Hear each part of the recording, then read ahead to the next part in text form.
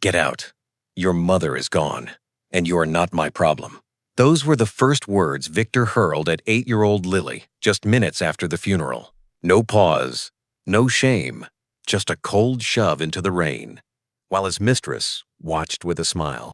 But what if I told you the real hero wasn't family at all? Stay with us on Emotion Waves, because this story is about to shatter everything you think you know. The family's black nanny wrapped her coat around the shaking child, and everything shifted. Because Lily didn't know it yet, someone at that graveside was hiding a secret big enough to tear a courtroom apart. Imagine losing everything at 8, then discovering years later it was all a lie. Keep watching Emotion Waves. You won't believe what happens next. Before we go any further, we'd love for you to hit that subscribe button on Emotion Waves. Your support means the world to us, and it helps us bring you even more powerful stories. Now, let's begin. Umbrellas knocked in the wind as the service ended. Rain-dotted coats. Lily Hargrove stood by the closed casket, pinching the silver bracelet her mother had fastened on her wrist. The lilies were browning at the edges. Victor Hargrove stepped forward with a polished face. Serena Vale hovered at his shoulder, gum clicking. "You cannot stay in the house," Victor said. His voice carried across the gravel. "Pack a bag. Leave the key on the table." The nearest mourners fell quiet. One whispered, "Is he serious?" Another said, "Poor child." A man cleared his throat as if courage might arrive. It did not. Lily's breathing went short and fast, like she had run without moving. Serena tipped her chin. "You heard him, sweetheart. New arrangements." Her perfume muddied rain smell. Lily tried to speak. Only air came out. Her thumbnail worried the bracelet clasp. The world narrowed to cold water and the wet click of Serena's gum. Miriam Cole watched from 3 steps away. Umbrella tilted, knuckles white on the handle. She had braided Lily's hair that morning by the kitchen window. When Victor reached for Lily's arm, Miriam moved. "That is enough," she said, calm and low. Victor gave a thin smile. "House rules, not your concern." "It is my concern," Miriam said. "I will take her." Serena laughed under her breath. "In front of everyone."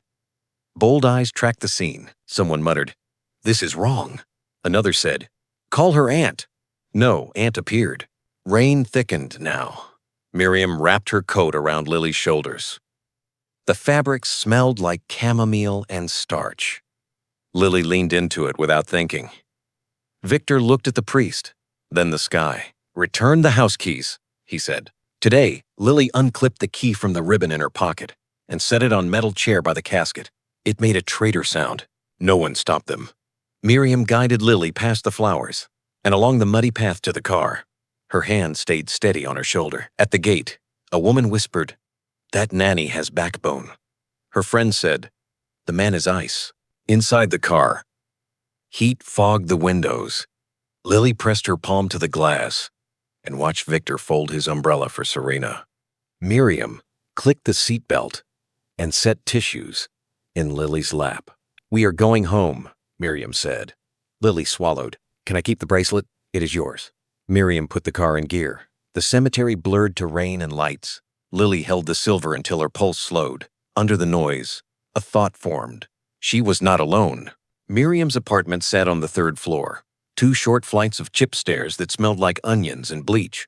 Lily carried a plastic bag with 1 dress, 1 cardigan, and a photo in a cracked frame. That was all Victor let her take. Inside, the place was small but steady. Tiny living room, yellow lamp, sagging blue couch. Miriam took Lily's wet coat, hung it over a chair, and set a faded sweatshirt in her lap. "You hungry, baby girl?" Miriam asked. Lily shrugged. Then her stomach answered. Miriam's mouth twitched. "Thought so. Sit tight." Lily wiped a circle in the fogged window. Outside, streetlights smeared across the rain. On the coffee table sat a stack of bills. Miriam scooped them into a folder before Lily could stare. That first night, Lily slept on the couch with a borrowed blanket, and her shoes lined up under the edge. Around midnight, she jolted upright, hands grabbing at air. "Mom," she choked. Miriam crossed the room fast. "You are not there anymore," she said softly. "You are here with me. Breathe." They counted breaths together until Lily's fists loosened now. Days settled into a rough routine. Miriam walked Lily to school each morning, After class, Lily stirred pots, rinsed plates, folded laundry. Lily laughed at small jokes, then looked guilty. Miriam nudged her. Your mother wanted you happy, not frozen in that day. She said, laugh when it comes. The social worker visit landed on a Wednesday. Mrs. Hall from Child Services stepped in with a clipboard, eyes scanning every corner. Where is the father? She asked. Not present, Miriam said. Any relatives on record? None who called. Lily sat at the table, hands pressed between her knees so they would not shake. Mrs. Hall turned to her. Do you feel safe here? Lily glanced at Miriam, then back. She came for me when no one else did. Paperwork dragged for months. Background checks, home inspections. Miriam picked up extra shifts at the care home. Some nights she came home with her feet screaming and a plastic container of soup. Lily studied at the table under the same warm lamp, textbooks open. When math twisted her thoughts, Miriam leaned over her shoulder, talking through each step until the numbers lined up. You really think I can be something? Lily asked once. I do not waste belief, Miriam said. If I say you can, then you can. By the time permanent guardianship came through, Lily stood taller. The judge signed the order in under 5 minutes. No one appeared to contest it. In the hallway afterward, a clerk murmured, The nanny fought hard for that kid. Someone answered, Looks like the right one. Lily slipped her hand into Miriam's as they walked out, not clinging, choosing. Back at the apartment, tucked in a kitchen drawer under dish towels, Miriam kept a thin folder with Lily's mother's medical notes and an ugly suspicion. She did not open it that night. The child had earned a little peace before learning what adults could do. Lily was 17 when the letter arrived. Thick envelope, gold seal, her name printed clean and sharp. She tore it open at the kitchen table while pasta boiled on the stove. National Scholars Award. Full funding. Housing. Travel. A stipend so large. She reread the number twice. Miriam steadied herself on the counter. Look at you, she whispered. Look at what you earned. Lily laughed under her breath. They want your signature, she said, waving the last page. Guardian approval. They did not know that simple line would wake the ghosts. 3 days later, someone knocked hard at the door. 2 short hits, 1 long. Miriam wiped her hands on a dish towel and opened it. Victor stood there in a tailored coat. Serena leaned against the railing with sunglasses on. Even though it was cloudy, their confidence filled the hallway like cheap cologne. Lily froze beside the table, her fingers curled around the back of the chair. Victor gave a polite smile. Heard about your scholarship. Impressive. We should talk. Miriam stepped between them. Talk about what? Her future, Victor said. This program requires a qualified guardian. I can take over. Sign the forms. Handle the funds. Lily stared at him. You threw me out. Victor chuckled like it was a story he half remembered. Everyone grieves badly sometimes. Serena rolled her gum. Let him help, kid. Better schools. Better doors. Miriam shifted her stance. Shoulders grounded. You need to leave. Victor scanned the small apartment with a slow judging sweep. This environment is not adequate for a scholar at her level. A judge will see that. Lily's pulse thudded in her ears. She remembered the wet graveside, the key clicking onto metal. Her stomach nodded, but her voice didn't break this time. You didn't want me then, she said. You want my money now? Victor's smile thinned. That scholarship is an investment. You need someone who knows how to manage it. Lily pushed the door shut. The petition arrived the next week. Formal. Cold. A request for full guardianship transfer. Neighbors overheard the argument in the hallway when Miriam read it out loud. Someone whispered, That man has nerve. Another said, She raised that girl. Everyone knew which side they were on. Lily trained for the hearing like it was a championship match. She practiced statements, wrote timelines, highlighted details from every year since the funeral. Late night after late night, she and Miriam sat at the table, lamplight soft, mugs warming their hands. During one of those nights, Miriam reached into the drawer and pulled out the thin folder she had hidden for years. She placed it gently on the table. I did not show you this before, she said, because you were still climbing out of that day. But if he tries to take you again, you need the truth. Inside hospital charts from the night Lily's mother collapsed.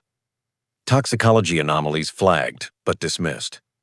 Bank transfers made 2 days before death. A message Serena once sent Miriam by accident saying, Hope he signs the papers soon. Lily's breath hitched. Why didn't you tell me? Because pain hits different when you're small, Miriam said. Now you're strong enough to carry proof. Lily traced her mother's name printed at the top of each record. Cold anger curled in her chest, slow and steady. Outside, a neighbor's TV hummed through thin walls. A couple argued upstairs. Life went on around them. Unaware that a quiet war had begun in a tiny kitchen, Lily closed the folder. We'll bring this, she said. All of it. Miriam nodded. We walk in with truth. Let him walk in with lies. And for the first time in her life, Lily didn't feel like the child at a graveside anymore. She felt ready for a fight, long overdue. The courthouse smelled like old carpet and cold metal.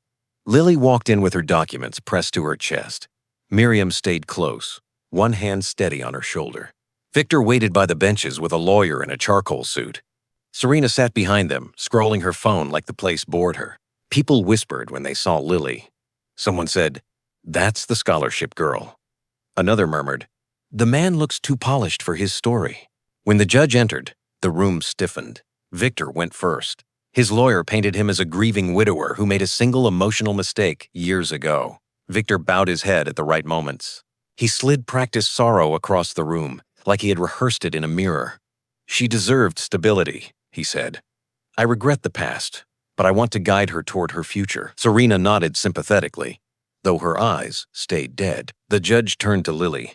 You may respond. She stood, legs tight, palms warm.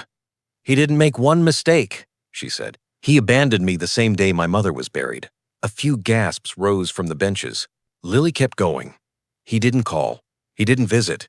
And now that I earned something, he wants control. Victor started to object, but the judge raised a hand.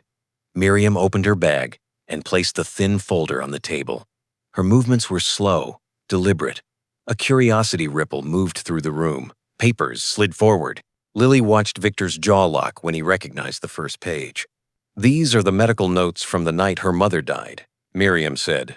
I kept them because the numbers never made sense. The judge flipped through the pages. Toxicology, irregularities, notes marked inconclusive. A chart showing liver enzyme spikes inconsistent with natural causes. The judge looked up. Where did this come from? Miriam answered calmly. I requested original files years ago. I paid for a reanalysis last winter. She placed the lab report beside it. The results are clear. Whispers flared behind them. Someone whispered, poison. Another said, no wonder he's here now. Victor's face lost its color. Serena stopped chewing. The judge read the next set of papers. Bank records showing large transfers to Victor days before the death. Another to Serena 1 week after a screenshot of Serena's mistaken text to Miriam. It said, hope he signs the papers soon so we're done with this part. Victor stood abruptly. This is fabricated, he snapped. The judge's tone hardened. Sit down. 2 officers walked quietly to the side of the room. Victor's lawyer leaned back, eyes lowering, already distancing himself from the sinking ship. Lily watched everything unfold with a stillness she didn't recognize in herself. She felt older than the space she was standing in. The judge placed the papers aside. There is enough here to initiate a criminal inquiry, he said. Guardianship remains with Miss Cole, and until further notice, Mr. Hargrove, you are to have no contact with this minor. Victor tried to step forward, but the officers took his arms. His voice cracked into panic. She owes me. I built that life. No, Lily said quietly. You destroyed it. The room went silent as Victor was led out. Serena slipped through the side exit, trying to vanish. The judge looked at Lily. You did well today. Then to Miriam. You protected her far longer than the law ever did. When they walked out into the hallway, the air felt lighter. A man by the vending machine said, The right guardian won. A woman near the stairs whispered, That child is brave. Lily didn't answer. She just held Miriam's hand, steady and sure, ready to leave the last shadow of her past behind. They stepped outside into late afternoon light. The air felt clean, almost sharp. Lily paused at the top of the courthouse steps, letting the breeze carry away the last trace of Victor's voice. Miriam stood beside her, quiet, eyes scanning Lily's face like she was checking for cracks. You all right? Miriam asked. Lily nodded. For the first time. Yeah. They walked toward the street. A few people lingering by the sidewalk whispered again. "That must be the girl who exposed him." Another said, "The nanny saved her life." Lily didn't flinch at the attention now. She let it pass over her like background noise. A bus rumbled by. The smell of fried food drifted from a cart on the corner. The world kept moving, and Lily felt herself moving with it, not behind it. At home, she placed the scholarship letter on the table next to a cooling pot of tea. Miriam sat 2 cups down, hands a little shaky from the long day. Lily looked around the small apartment. Same lamp, same couch, same kitchen drawer, where the folder had lived for years. She felt the full weight of what had survived inside these walls. "You didn't have to fight for me this long," Lily said. Miriam leaned back in her chair. "You were a child someone tried to throw away. I couldn't let that be your story." Lily smiled softly. "It's not. Not anymore." The kettle clicked as it cooled. A car honked outside. Ordinary life filled the silence, but it felt different now, lighter. Lily reached across the table and squeezed Miriam's hand. "We're free," she said. Miriam exhaled, a sound that carried years of fear and quiet strength. "We are," she replied. Lily folded the scholarship papers into her backpack. Tomorrow would be about planning, forms, housing, new beginnings. But tonight, she let herself feel something she hadn't felt since she was 8. Safe. She glanced at Miriam again, and the truth settled in clean and simple. Family wasn't blood. It was whoever stayed, whoever fought, whoever didn't let go. And Lily stepped into the evening certain of one thing. Her future was finally her own. If Lily's fight moved you, make sure you hit follow on Emotion Waves so you never miss the next story. Share this video with someone who needs to be reminded that real family is who stands up, not who shares your blood.